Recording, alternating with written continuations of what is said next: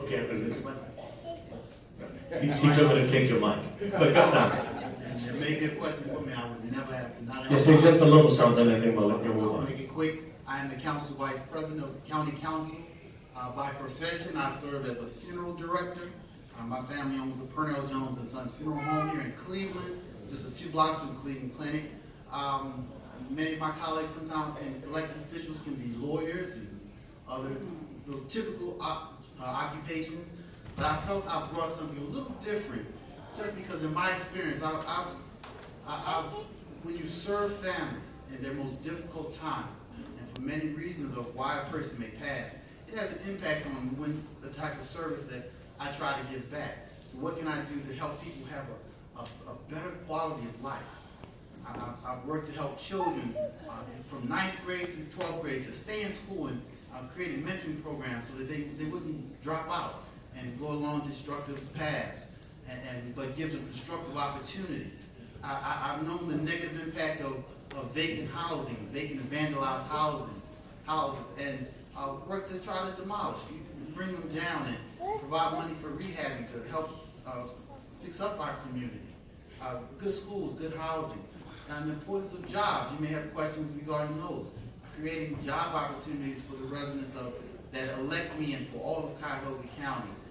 There are many dollars, your dollars, that flow through this county, and they should come back to you in forms and ways that help you to be successful in this life and in this community. All right, sir. So, thank you very much. Appreciate you. Thank you very much. Since the mic is down here, Judge Rennie, if you will. All right. Good afternoon, everyone. Good afternoon. Thank you for having us. And I'm Judge Rennie. I'm with Juvenile Court. So fathers, you matter to us. So come down, fill out your forms, get in front of a magistrate, go to mediation, and exercise your parental rights because your children need you. Thank you. I'm outlining, you guys did a little bit for me earlier, and you'll have a little bit more as we go through the day. But I do want to say one thing. I cannot do what I do without the assistance of the county executive office and the county council. County Councilman Jones, County Councilwoman Conwell, I thank you from the bottom of my heart for the support that you've given the Fatherhood Initiative over the years. They give me the money. No, the rest of the panel, I appreciate Judge Rennie's been with us for the last 4 or 5 years, and so I appreciate what she does.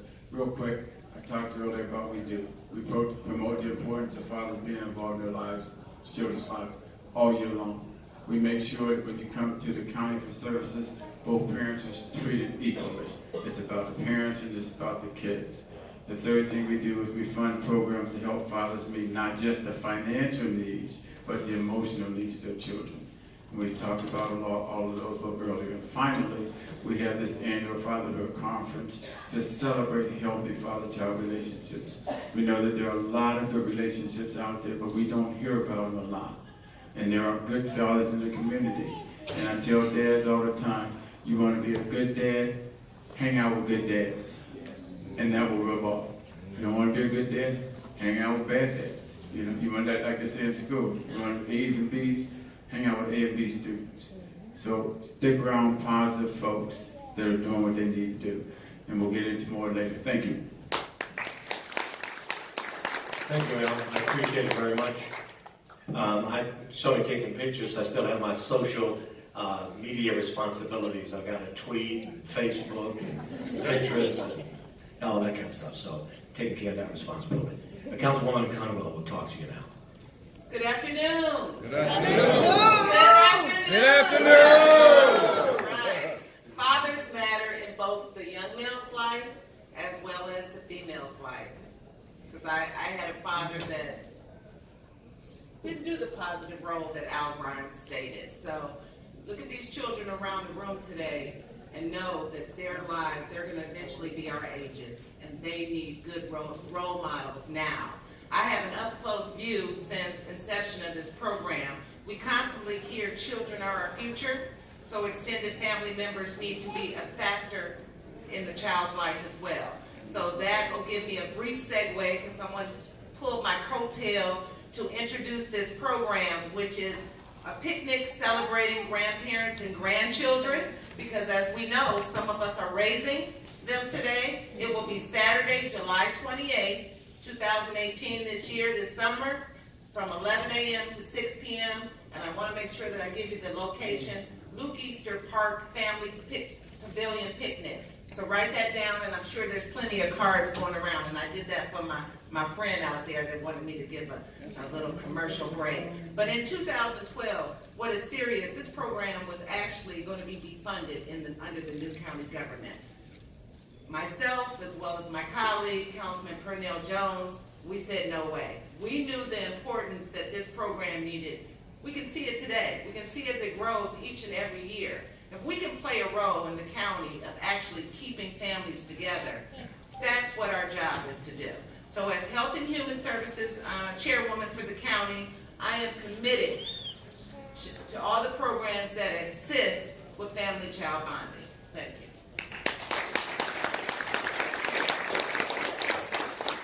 Hello. Hello. I'm Sophia Urban. I'm a magistrate at the Domestic Relations Court, and I just finished 32 years there. And here's what I want you to know about domestic relations. When I first started, it was a place that was legalistic, that was kind of punitive.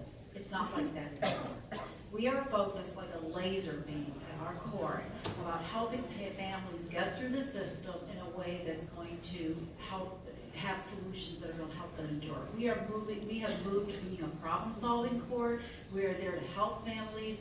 We have opened help centers. We're focusing on alternative dispute resolution processes, anything to help people move through the system, because we realize that we can't be part of the problem. We have to be part of the solution, that we are going to help families move forward and not unintentionally hurt them because of our legal processes. And I'm delighted to have been a part of that, because it's been a long time coming. Families matter, fathers matter. Thank you.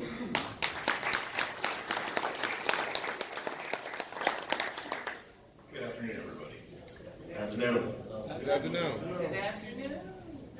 My name is Kevin Gowan. I am the acting director of child support. And for reference, it's my third week.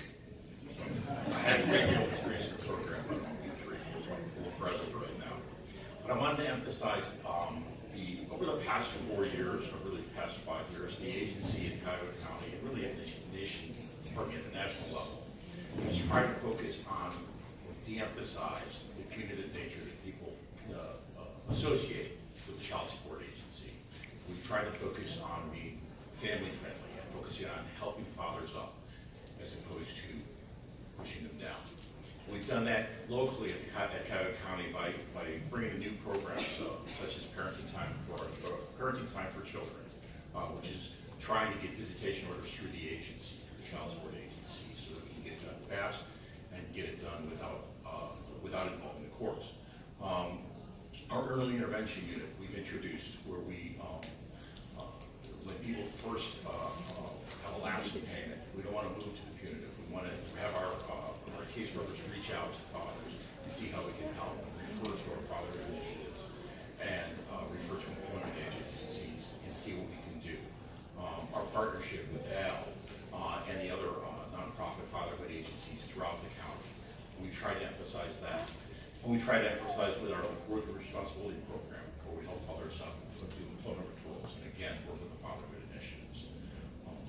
So that's the face of child support as it is today. And we know we've got room to grow. We want to continue to grow with you. So thank you. Thank you. Let me also, you guys hold on to that because I don't know which ones we got to go to. But this is a big room, so if I could have my panelists speak up a little bit.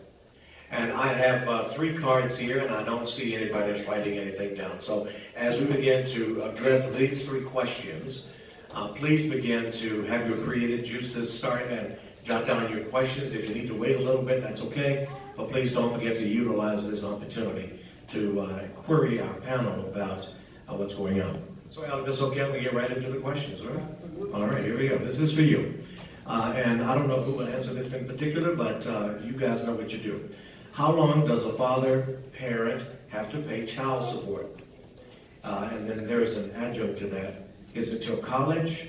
What if they go to the military? And the other part of this is, What if the mom or parent is not spending the support on the child? That seems like a generic but very important one. I think a lot of people have that question. We've had it many times in the past. So I don't know who wants to answer that. All right. So, I don't know if you can hear me. So the law in Ohio says that parents have to support their children until they turn 18. That's the general law. However, if a child is attending school on a full-time basis continuously at the time that they're 18, but they're not yet ready to graduate, then the support obligation goes until they graduate from high school. And that the idea, the policy behind that is you shouldn't cut off support for a child just, they might be in their senior year and maybe January or February, they still have to get through the end of the year, and it's not fair to cut off support for them. The law in Ohio is not that parents have to support children through college. There are sometimes provisions written into judgment entries and divorce entries where people will agree to do that, but there's no law to do that. In terms of, I think the second question was a parent not using support, the child support payment to support their children. There is actually no state that requires a parent to account for how they spend the money. If there is an obligee parent, a custodial parent who's raising children, they are responsible for providing shelter, food, transportation, medical needs, all kinds of different things, and it would be almost impossible to be able to break that down. And there's unless there were evidence of abuse or neglect, there really wouldn't be much of a recourse of being able to do something with that, because as long as the parent is adequately supporting the child. All right, thank you very much. Everybody understand that? Could hear that? All right, very good. Thank you, sir. Anybody else want to take it? We're good. The other question, and Al, I know this is one you talked about many times, and maybe you could answer this one, but anybody else obviously can chime in. What does child support do with help fathers with unfair orders, especially if I am not really the dad biologically? So I know there's some things that you probably want to do. May I have the mic? Al's going to get you on this one. You know what? My first question is, when you say I'm not the father biologically, if you have a child and you're not married, you need to establish paternity right off the bat to determine whether you're not the father. Establishing paternity gives the child a sense of identity. It allows the child to get blood if you need it. It does all of those kind of things. But it also assures you that that question or that statement 4 or 5 years down the road does not pop up. And what's that question? What's that statement? The baby's not yours anyway. Okay? So any new parent, okay, and I don't care if you've been boyfriend and girlfriend since kindergarten, if you're unmarried parents, get the paternity test done, and then that goes off the table.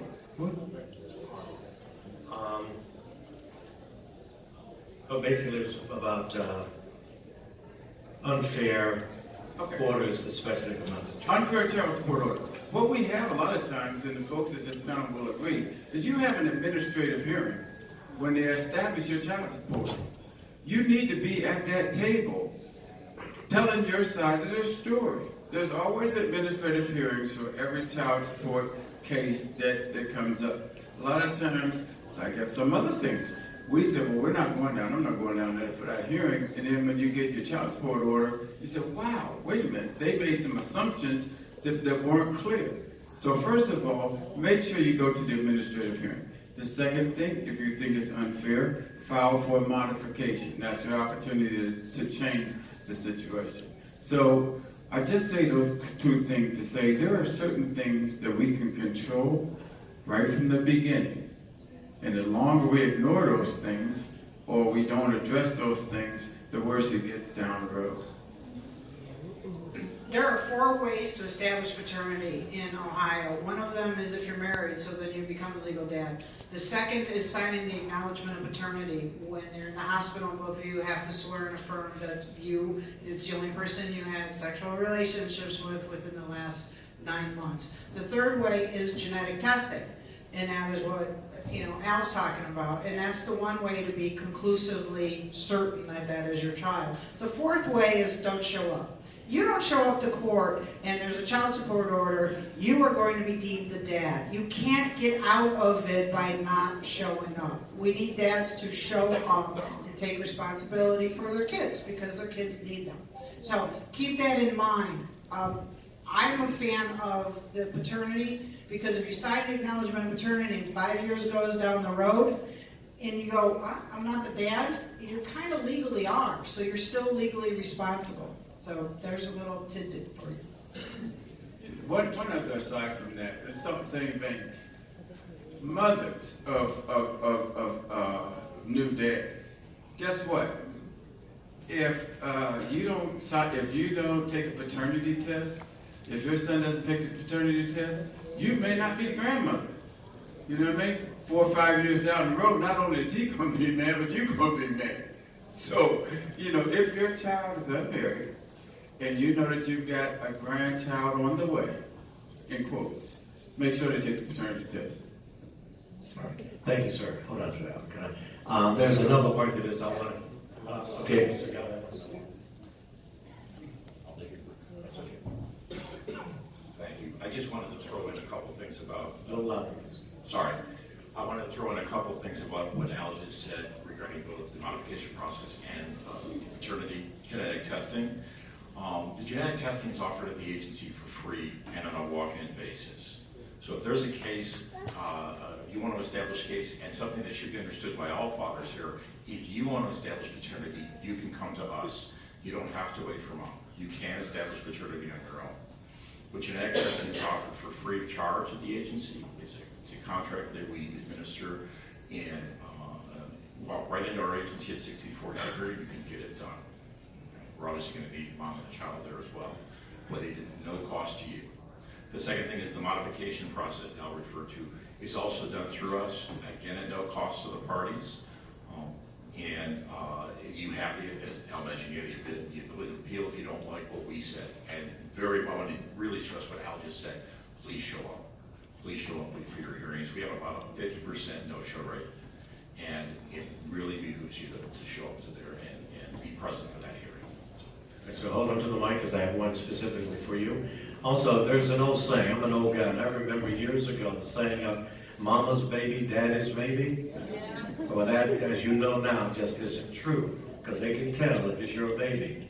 And they're going to come after you to make sure you do what is right by your child or your children. So don't run from that responsibility. Run to your child. Kevin, what do you say to the fathers that are willing and is paying child support through their jobs, but child support is taking too much money out of their checks? Yes, sir. So, without knowing why I'm not sure that they take too much money out of my check. If it's we send to the employer notice to take out exactly what was ordered, whether it be through our agency or the court. It may well be that you're referring to a modification. You feel that you're paying too much now when you can't afford it. Then the agency if we can take their request, we can run your income, we can run the mother's income, and determine whether the child support should be lowered. That's the first thing. If we're taking more than your order, please call us. Please call us right away and we'll fix that. All right, thank you. One other question here, and anybody can answer this. How does child support determine the amount of pay for males who find out about kids in their teens? Not after, maybe when they're just born or a little later on, but when they're older, how much longer?